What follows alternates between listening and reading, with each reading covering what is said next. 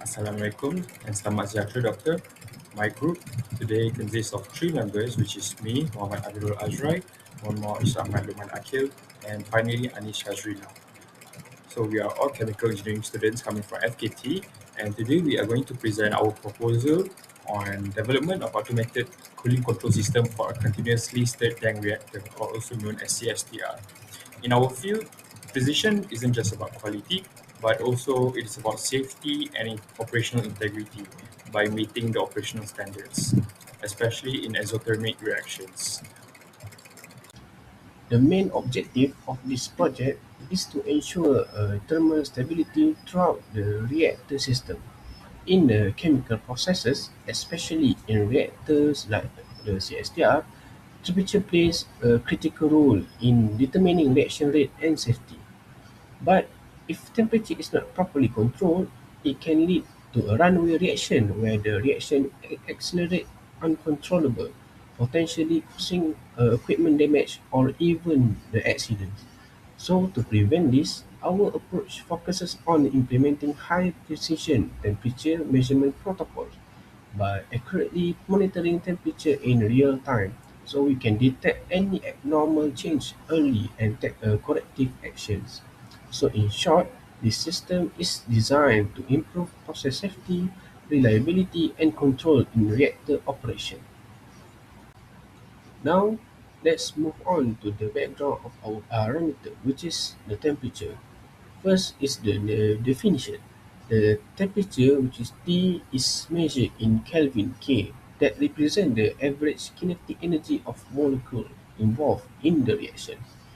In the CSTR, temperature directly affect how fast the reaction occurs. So the second point is about the nature of measurement. In the chemical engineering, temperature is one of the most critical parameters. For example, in an exothermic reaction, heat is released. So if this heat is not removed efficiently, the temperature will rise, which further increase the reaction rate. Thus, this can create a dangerous feedback loop, leading to a thermal runaway or pressure build-up inside the reactor. The third point is about the measurement type. So the temperature is commonly measured using the deflection method. In this method, sensors such as resistant temperature detector, which is RTD, detect the change in the temperature throughout the variation in electrical resistance. So these changes are then converted into the measurable output signal. So for the importance of parameter, so for this project, our parameter is temperature. So the first, temperature helps in process monitoring. So to measure measure the temperature continuously. So the operator can know the real time inside the reactor and check whether the reaction is running properly or not. The second one is temperature is important because of safety and control. So some chemical will produce a heat. So if temperature is become too high, it can create too much pressure and may damage the reactor. So monitoring temperature can also avoid that accident. So the third one is temperature is needed for experimental validity. So it means we need an accurate temperature reading to make sure the reaction result and calculation is correct.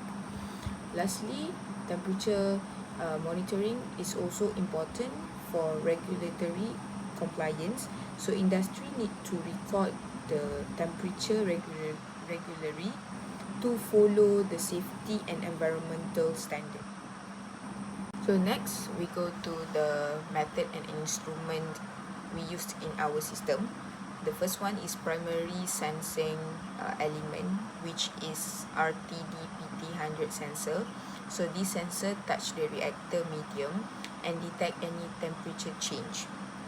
Second is variable conversion element, which is the Wheatstone bridge circuit. So its job is to change the resistance from the sensor into the electrical signal. The third one is variable manipulation element, which is the amplifier. So electrical signal from the circuit is very small, so this amplifier make it stronger and easier to send. The lastly is the data presentation element, which is the digital display or DCS. So this part will show the temperature reading on screen, so the operator can monitor it in real time. So for the next part, I'm going to talk about the results and discussion, or more on the accuracy and trustworthiness of our instruments. So this part is going to be divided into three subparts. For the first is ensuring accuracy and precision of our instruments. So first, to guarantee our results, we look at the static characteristics. Accuracy is our priority. We need the measured value to be as close as a true value as possible. We also require high precision, meaning the sensors in our reactor must give us repeatable results across hundreds of different batches to ensure product consistency. Meaning that if uh, our product is conducted on a temperature of reaction at 25 degrees Celsius, then the sensor must produce the same results across hundreds of batches. Next, our system is also designed with high sensitivity, meaning even a small change in reaction in the reactor temperature must produce a measurable change in the output. Furthermore, our resolution is set to zero point 0.1 degrees Celsius, allowing us to detect even the smallest signs of exothermic spike before it becomes an uncontrollable hazard. So for the next part, in order to guarantee that our instruments have high accuracy and high trustworthiness, we must also conduct error management. That is, our error can be divided into two, which is the systematic error and random error. So for the first management of error, which is our systematic error, we can eliminate systematic error by eliminating instrumental errors through regular maintenance of our reactors or our sensors to account for external factors such as for example, heat radiating from other reactors that are located within the vicinity of the reactor that we are measuring. Next, to eliminate random errors, we will conduct statistical averaging of multiple temperatures to minimize the impact of unexpected noises from other electrical machines. So, random errors are errors that we cannot control. So, by how to eliminate this random error is by conducting or taking several readings, and then we conduct and then we calculate the average readings of those amount of readings that we take.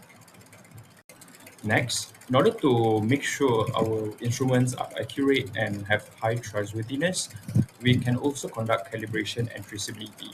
So what do I mean by that is that when we conduct these two, calibration and traceability, we can guarantee that our measurement is trustworthy.